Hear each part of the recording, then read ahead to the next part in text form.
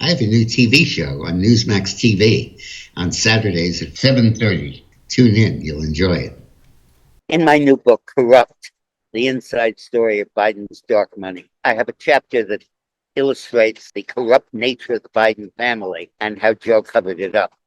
And it's a particularly grisly story. When Joe was in his late 20s and the youngest member of the Senate, and his brother Frank was in his very early 20s, Frank hung out with a kid in California at school who lost his driver's license. And Frank encouraged him to drive nevertheless and go out with him one night.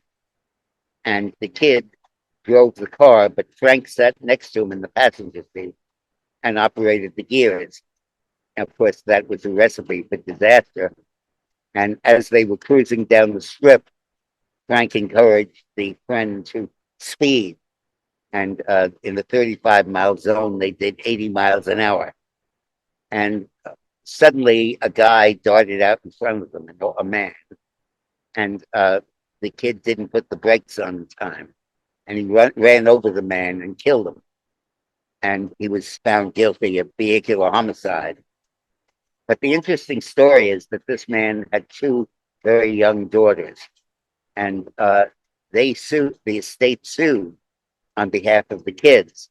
Not just the guy who was driving the car, but Frank, claiming that he aided and abetted the accident and that he should be liable for damages for raising these two very young girls. Frank Biden never answered the charges in court, skipped town when the trial took place, never gave a deposition, and hid and was literally unreachable. And he was hiding in his brother's house, in Joe Biden's house. Lawyers for the estate called the Senate office for Senator Biden and said, we want to get in touch with his brother Frank to answer this judgment. The judgment was entered at $500,000, $250 for each kid. And Biden's office refused to find Frank. And they called back and said, as you know, Frank doesn't have any money, so he can't answer this judgment.